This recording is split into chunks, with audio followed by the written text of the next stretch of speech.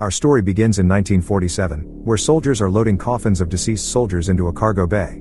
Nearby, at a dockside market in the Manchurian region of China, Joe and his shipmate, Charlie, are having some drinks. Joe suggests to Charlie that they need to get back to the ship. On the ship, a crane is loading some other unknown cargo into a cargo bay. As Joe and Charlie mosey back onto the ship, they get into a drunken argument. Sergeant Ferris notices them and knocks out Joe, ordering other soldiers to lock him in the medical bay, while also commanding them to place Charlie in the brig. Some time later, the ship is out at sea in a terrible storm. Lightning strikes the ship, hitting the unknown cargo in the bay. The cargo begins to leak an unidentified substance. Inside the sick bay, Joe wakes up to the sounds of gunfire and yelling, but wonders if it might have just been a dream. He leaves his room and heads down the hallway where he sees Charlie still locked inside the brig. Joe lets him out, and Charlie questions what's happening on the ship, saying he heard aircraft and gunfire. They agree that something is wrong and decide to investigate. Down the hall, they hear a soldier yelling incoherently and firing a weapon. Joe asks Charlie to help him open a stuck door, behind which lies a dead body. Further along, they enter a cargo room, where Joe sees a child run across. He asks Charlie if he saw it, but Charlie claims he didn't see anything. In the corner of the cargo bay, they come upon a grim scene with a pile of dead soldiers. Joe hears shouting from a nearby hallway and grabs a gun. They proceed down a hallway, where Joe has Charlie hang back while he moves forward. Joe cautiously approaches a doorway where the child runs across again. He enters another large cargo room where he hears more voices and begins to panic. Joe sees Charlie, but is horrified to see his neck has been slit. As more voices and laughing continue to haunt him, the child he saw earlier appears and walks toward Joe with a knife. Joe shoots, but it has no effect. His heart begins to race uncontrollably, and has a heart attack, dying as the child runs away. In the radio room, a radio man desperately calls for help. A response is heard asking for their location, but the power cuts out. The door opens, and a strange creature enters. Meanwhile, Sergeant Ferris is seen falling into a lifeboat, dying on impact, and marking the end of the scene aboard the ship. In the present day, a small boat named the Duke of Milan is docked at a pier. A man, named Brad, is carrying some drinks to the boat, where his brother, Alex, is preparing the boat. Brad mentions that he's never been diving and has never taken lessons. Annoyed, Alex warns Brad not to mess anything up and to be cool, since his girlfriend and her brother are on the way. Alex apologizes for being rude, saying that medical school and his long-distance relationship with his girlfriend have been stressing him out. Alex's girlfriend, Julia, and her brother, Conrad, arrive at the Duke. Everyone is introduced to each other and makes small talk while they wait for the captain. Conrad offers Brad a drink, where he asks Brad if he's ever been diving. Brad replies that he hasn't but is ready to try something new. The ship's captain, Fliss, arrives and asks if they're ready to go. There's a noticeable tension between Fliss and the rest of the group. After asking if everyone's ready, she starts the engine and heads toward their destination. Later in the day, they arrive at a spot where they believe there is a shipwreck they can dive to. Fliss mentions to Alex that she's never heard of the wreck they're looking for. Alex claims that Brad did his homework and is confident they're in the right spot. Conrad shows Alex and Julia some photos of a World War II plane beneath them. Fliss doesn't think they should dive because it's an unreported wreck. Conrad is dismissive of Fliss, but she allows the dive. Julia goes to prepare the rebreathers and tells Alex to check on Brad. Alex notices Fliss has a fake certification and approaches her to bring it up. Before he can say anything, Fliss demands they follow the rules and laws regarding high-risk dives. Alex calls out her hypocrisy, asserting that she has fake credentials. Fliss admits it but explains her old one expired, and that getting a new one is borderline extortion where she lives. Fliss goes on to explain that the wreck could be a war grave and that disturbing it could be illegal and immoral. Alex tries to bribe her to let them dive, but Fliss refuses any money and demands they make it quick and not touch anything. Alex heads downstairs to check on Brad, who is seasick. He warns Brad to take it easy on the alcohol and rest for now. Back on the deck, Julia and Alex prepare their gear for the dive. They jump in and swim down to the wreck. Conrad begins to flirt with Fliss, offering her a beer. Fliss reluctantly accepts. Conrad asks how she got the cash for the boat, but she gives a vague answer. Conrad continues to flirt, and Fliss flirts back, saying they can have a private conversation later. Fliss tries to radio Julia and Alex but gets no response. She heads downstairs to check on Brad, who is still resting. She asks how he found the wreck. Brad explains he guessed the coordinates based on scientific data, and Fliss is impressed. Conrad calls for Fliss, saying he sees a boat approaching in the distance. Fliss becomes worried. The boat drives straight through their dive line. A one-eyed man on board yells at them, claiming they damaged his boat. Conrad sarcastically throws money into the water, saying they can fix it with cash, which angers the man. Inside the wreck, Julia and Alex are exploring. Julia notices a corpse still sitting in a seat. She turns it around and sees it is holding a small locket, though the pictures are faded.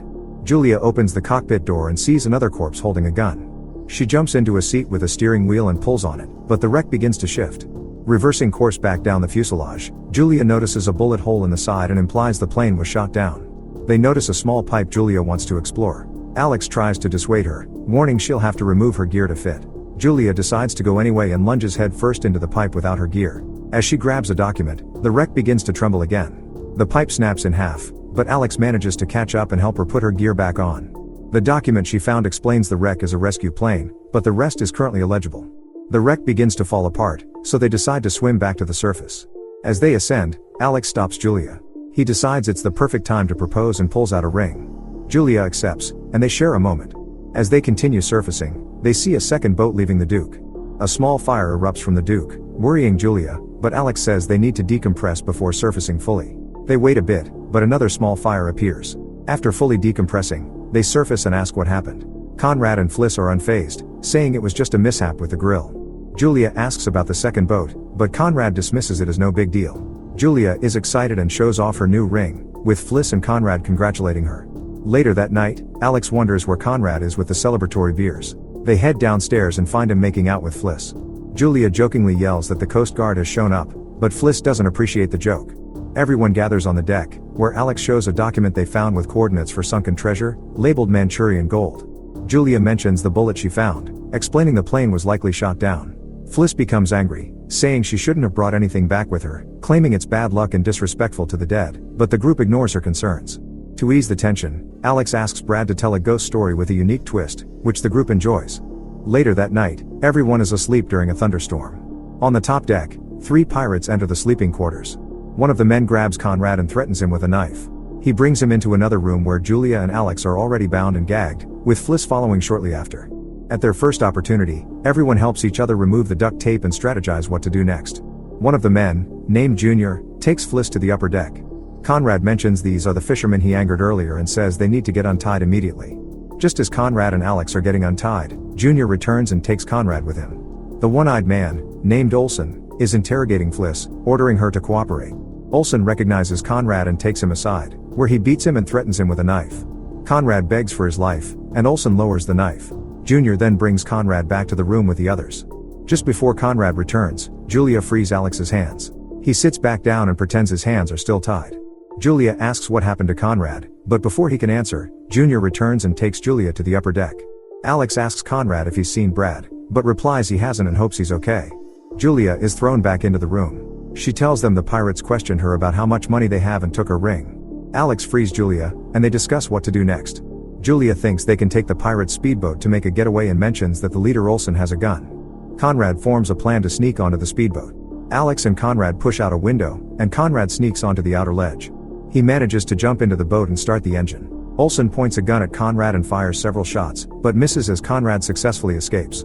Olson doesn't bother chasing him, saying they'll never catch him. Alex is holding the third pirate, named Danny, hostage with a pair of scissors they found earlier. Olson demands Alex let him go, but Alex refuses. Olson points the gun at Julia, forcing Alex to release Danny. Olson hands the gun to Junior and orders him to take everyone downstairs. Danny finds the document Alex and Julia retrieved from the wreck earlier, which contains the coordinates of the sunken treasure called Manchurian gold. Olson is intrigued and demands they tell him about the treasure. A short time later, the boat is heading toward the coordinates. Alex claims Fliss is in on the hijacking, asserting that the pirates have barely touched her and that they all travel in the same waters, raising suspicion that they know each other. Fliss becomes enraged and denies everything, but Alex yells that it's a setup and doesn't believe her.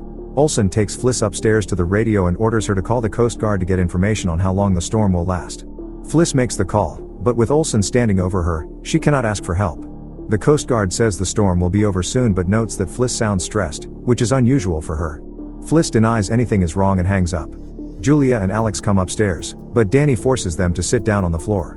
Julia, Alex, and Fliss think about where Brad is, but agree it's better he stays hidden. The Duke approaches their coordinates. They see a large, rusty, abandoned World War II freighter floating in the middle of the ocean. They bump into a lifeboat on the side where a decomposed body is visible. Olson parks the boat and Junior removes a part from the engine, which worries Fliss.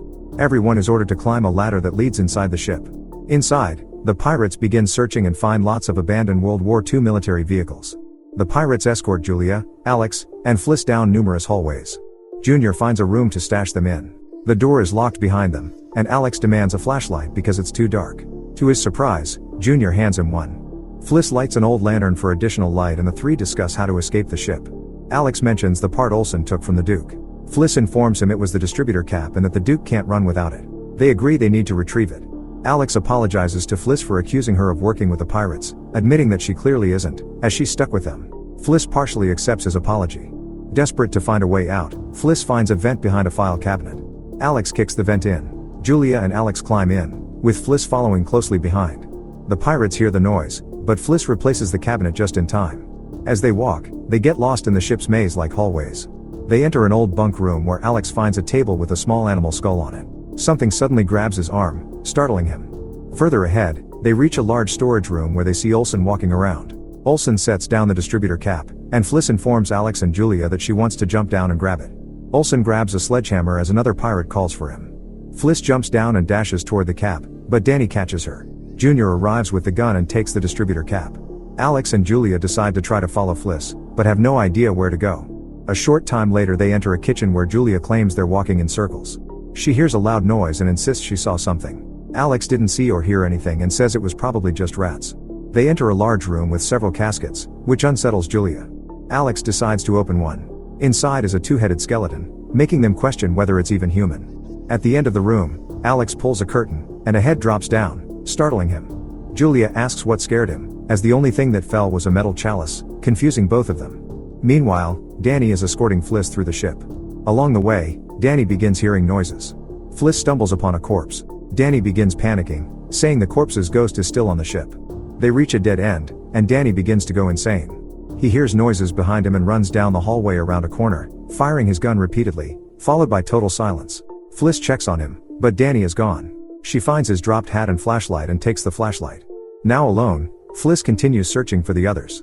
She finds a large cargo bay full of World War II vehicles. In the corner, she sees a pile of decomposed bodies. One of the bodies has a dog tag with the name Charles Perez on it. She enters a hallway and hears something behind her, but the door closes. Meanwhile, on the Duke of Milan, Brad finally comes out of hiding. Despite his fear, he sees the ship and convinces himself to come aboard. He makes his way inside to the same cargo room the others entered earlier. After walking through some corridors and climbing some stairs, Brad finds himself in a room where decomposed bodies inside lockers suddenly slam their doors shut. He finds a gas mask hanging in a locker and brings it with him. As Brad roams the halls, he mentions to himself that he keeps hearing things. He approaches a ledge and calls for anyone in his group, but gets no response. A hanging corpse behind him makes a noise, and turns to look at him, scaring him into jumping off the walkway and falling below. Back with Fliss, she enters a dark hallway where she sees and hears what appears to be Brad in ghostly form, as random noises and yelling continue to haunt her. Fliss is grabbed by someone from a puddle. Numerous ghostly soldiers grab her, but she manages to escape, only to be haunted again by a ghostly Brad. She runs into a ballroom that is clean and unlike the rest of the ship. There are tables set with lit candles and even a grand piano that looks brand new. Confused about how this is even possible, she cautiously searches the area and finds a lever in a back room that opens the stage curtain. Behind the stage is a door that leads to the ship's outer deck. She steps outside and gets some fresh air, before returning inside only to find the ballroom she just saw has now vanished. Inside a wooden crate, she finds the Manchurian gold, but it doesn't appear to be treasure. She also finds an old book containing instructions on how to handle hazardous chemicals.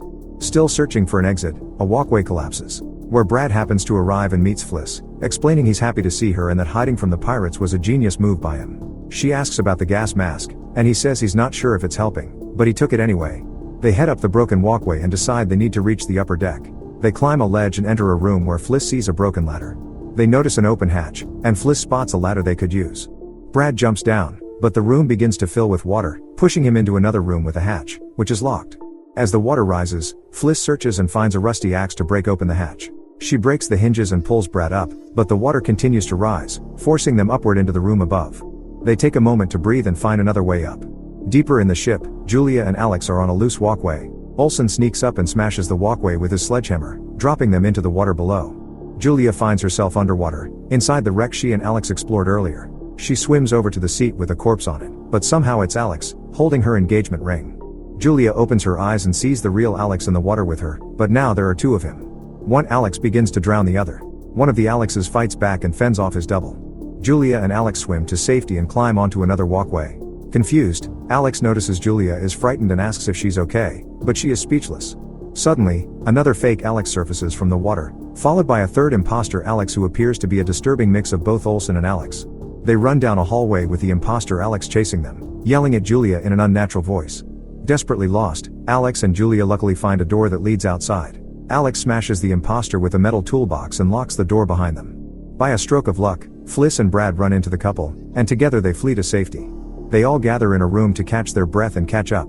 Fliss explains she's been having hallucinations of ghostly soldiers attacking her. Julia backs her up, saying she also has been having a similar experience. The group can't understand what is going on until Julia asks about the Manchurian gold, where Fliss reveals a critical truth. She discovered that the Manchurian gold isn't treasure, but a chemical that's leaking all over the ship causing hallucinations. Fliss also brings up the distributor cap, saying they still need it. Alex points to a radio tower at the other end of the ship and suggests heading there to call for help, which the group agrees. They make their way across the ship and up some stairs leading to the command center. Further in, they enter the radio room, where the radio is still operational. Alex tunes it and presses the call button, trying to request help. However, the response on the other end is garbled and full of static. Before he can say more, the power goes out. Brad notices a hole in the ground, and Fliss hopes it might lead to the power generators. They debate who should go down. Brad and Julia volunteer, but as they climb down, the ledge gives way, and they fall farther than expected. Alex yells down to check if they're okay, to which Julia responds that they are. Alex throws down a lighter for Julia, and she uses it to light an old lantern for additional light. They begin roaming the halls, searching for a power generator. Brad sees a ladder that leads to the engine room. They climb down and start searching, but Brad sees something and is startled. He asks Julia if she saw it, but she says she didn't. Brad reiterates Fliss's story about the Manchurian gold and how everyone has been breathing it in, causing hallucinations. They walk through the engine room into another room, where they find a rebreather. Brad suggests the pirates brought it with them earlier and thinks they should take it, despite its heavy weight. Outside the room, they hear Olsen and Danny yelling. They peek through a hole in the wall and see Olsen stab Danny in the stomach. Olsen carries Danny's body to a nearby table but starts going crazy, hearing and hallucinating things due to the Manchurian gold. Olsen runs off. Julia inspects Danny and finds her engagement ring, but Olsen starts banging on a nearby door, trying to get in. They flee down a hallway, but are forced to hide as Olsen searches for them. Olsen yells about the Manchurian gold, claiming there must be plenty of it and that he should get it since he's the captain. Brad and Julia try to quietly escape, but Olsen spots them. They run to a door and lock it, preventing Olsen from catching them. Unfortunately, Junior is behind them and points a gun at them. He demands they put their hands up, and Julia tells him to put the gun down. Junior claims he never wanted to hurt anyone and that he was forced into the situation. He shows signs of insanity, saying everyone keeps changing form and thinks that breathing in the mist is making everything come alive. Brad and Julia try to convince him nothing is wrong, but Junior descends further into madness, saying he's being changed from the inside. Brad attacks Junior, manages to disarm him, and calls for Julia to grab the rebreather. She lets Junior breathe in clean air, which temporarily calms him down and stops his delusions. Back in the radio room, Alex and Fliss are waiting for word from the others. Alex tells Fliss he's going down the hole to check for more gear and asks her to wait by the radio. He drops down, but hears loud noises coming from down the hall. Olsen comes and goes, wandering aimlessly through the corridors. Alex calls for Fliss to come down and tells her Olsen has the distributor cap. They track Olsen through the hallways, listening to his screams as he becomes more insane by the minute. They see Olsen running around, screaming at nothing. Alex jumps across a large hole in the floor. In the next room, Olsen is heard screaming and is seen clutching his chest, dying from a heart attack caused by inhaling too much Manchurian gold. Fliss doesn't think she can make the jump, and decides to find another way around. Alex continues down the hall into a room where he sees Olsen being eaten by rats. He spots the distributor cap on Olsen's chest and grabs it just as the elevator behind Olsen crashes through the floor. Rats swarm up and begin to chase Alex. He grabs a knife and flees into the next room, where a two-headed creature stops him. Alex considers stabbing the creature, but suddenly, a rat bursts through his stomach. The creature attacks him and throws him onto a table. When Alex turns around, he realizes it was just a hallucination and that it was Fliss all along. He grabs the distributor cap and heads for the exit. Everyone, including Junior, meets outside on the top deck.